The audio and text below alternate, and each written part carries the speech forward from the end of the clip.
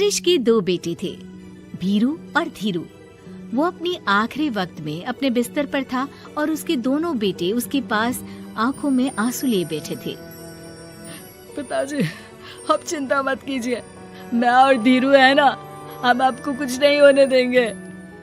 हाँ पिताजी, आप बस आराम कीजिए, डॉक्टर अभी आता ही होगा। मेरे बच्चों, मेरा अंतिम समय आ गया है। तुम दोनों मेरी बात ध्यान से सुनो। मैंने वकील से कहकर अपनी जायदाद तुम दोनों में आधी आधी बांट दी है। मेरे जाने के बाद तुम दोनों मिलकर रहना, एक दूसरे के सुख दुख में साथ देना। तुम्हारी माँ की भी यही इच्छा थी। जी पिताजी, आप जैसा कहेंगे हम वैसा ही करेंगे। जी पिताजी, आप जैसा कहेंगे हम वैसा ही करेंगे। और सुरेश उन्हें छोड़कर चला जाता है। अरे धीरू भाई, मैं तुझसे कहना चाहता था कि मुझे व्यापार बढ़ाने के लिए कुछ रुपयों की जरूरत है। अब पिताजी के जाने के बाद हम दोनों ही एक दूसरे का सहारा है। पिता के जाने के कुछ दिनों के बाद दोनों भाइयों की जिंदगी धीरे धीरे सामान्य हो जाती है। दोनों भाई अब अपना अपना व्यापार संभाल लेते हैं। दोनों एक ही घर में तो रहते हैं, लेकिन अब उनके रिश्ते में पहले जैसी बात नहीं रहती। भीरू शुरू से ही लालची था, इसलिए सुरेश ने पहले ही उन दोनों में प्रॉपर्टी का हिस्सा बांटकर लड़ाई की गुंजाइश खत्म कर दी थी। लेकिन पिताजी के जाने के बाद भीरू का लालच बढ़ने लगा। हाँ हाँ भैया, आप बताइए कि मैं आपकी किस तरह से मदद कर सकता हूँ। मुझसे जो बन पड़ेगा मैं करूँगा। अच्छा तो भाई, तू ना मुझे अपनी गाय दे दे।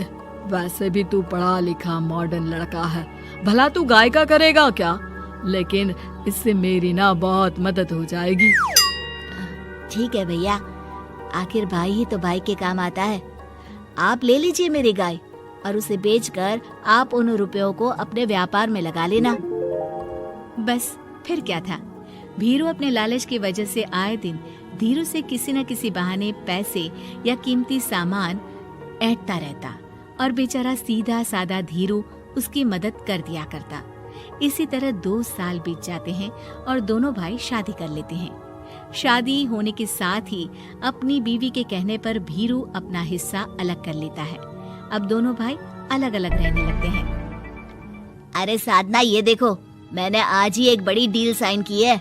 ये शहर का सबसे बड़ी फैक्ट्री का मालिक है। इसके साथ व्यापार करके मेरे व्यापार में दिन दुनी रात चौगुनी तरक्की होगी।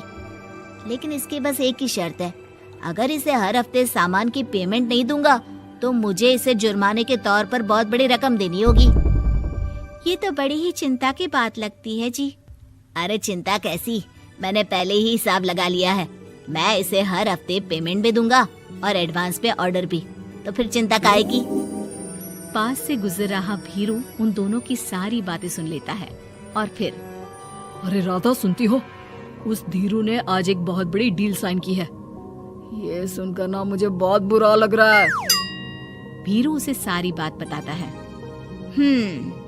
तो ऐसे हाथ पे हाथ रख के गुस्सा करने से क्या होने वाला है? आप तो उस डील की कमजोर कड़ी जानते ही हैं, तो मारिए हथौड़ा। अगले दिन धीरू के घर में चोरी होती है और उसमें उसके वो रुपए भी चले जाते हैं जो धीरू डील के मुताबिक क्लाइंट को देने वाला था। फिर शर्त के हिसाब से धीरू को जुर्माने की रकम देने के लिए अपना घर गिरवी रखना पड़ता है और उसका व्यापार भी बंद हो जाता है। सुनिए जी, आप दिल छोटा मत कीजिए। आप कोई ऐसा बिजनेस कीजिए जिसे आप जल्दी से जमा सके और कम पैसों से भी शुरू कर सके। आप फल सब्जियों का व्यापार शुरू कीजिए। तुम ठीक कहती हो, मैं कल से ही मंडी जाकर सब जानकारी लेकर आता हूँ। उधर भीरू और राधा धीरू की बर्बादी की खुशियां मनाने में लग जाते हैं और इधर धीरू खूब मेहनत करके फिर से अपनी आर्थिक हालात पटरी पर ले आता है। लेकिन फिर एक दिन, अजी सुनते हो, तुम यहाँ पर उसके बर्बाद होने की गलतफहमी में खुश हुए जा रहे थे और तुम्हारे भाई का फल सब्जियों का व्यापार बड़ा अच्छा चल निकला है। मैं अभी बाजार में उसकी दुकान देख कर आ रही हूँ। अरे भीड़ लगी हुई थी वहाँ तो। तो फिर जल्दी से अपने खुराफाती दिमाग से कोई आइडिया निकालो इस मुसीबत का। आइडिया तो बहुत अच्छा है मेरे दिमाग में। अपने भाई से कह के इसके गोदाम में चूहे डलवा दूंगी, फिर देखना नजारा। राधा की चालाकी से धीरू का ये काम भी ठप हो जाता है। अब धीरू और उसकी पत्नी के लिए उधार पर जीने के अलावा कुछ नहीं बचा था। बेचारा ईमानदार धीरू अपने भाई भाभी की चालाकी की वजह से बहुत बुरे दिन काट रहा था। मैं तो बिल्कुल बर्बाद हो गया साधना। पिताजी का दिया हुआ अच्छा खासा बिजनेस संभाल रहा था, लेकिन मेरी किस्मत ने मुझे यहाँ लाकर खड़ा कर दिया। अब तो खाने के भी लाले पड़ रहे हैं। कोई नौकरी भी इतनी आसानी से नहीं मिल रही।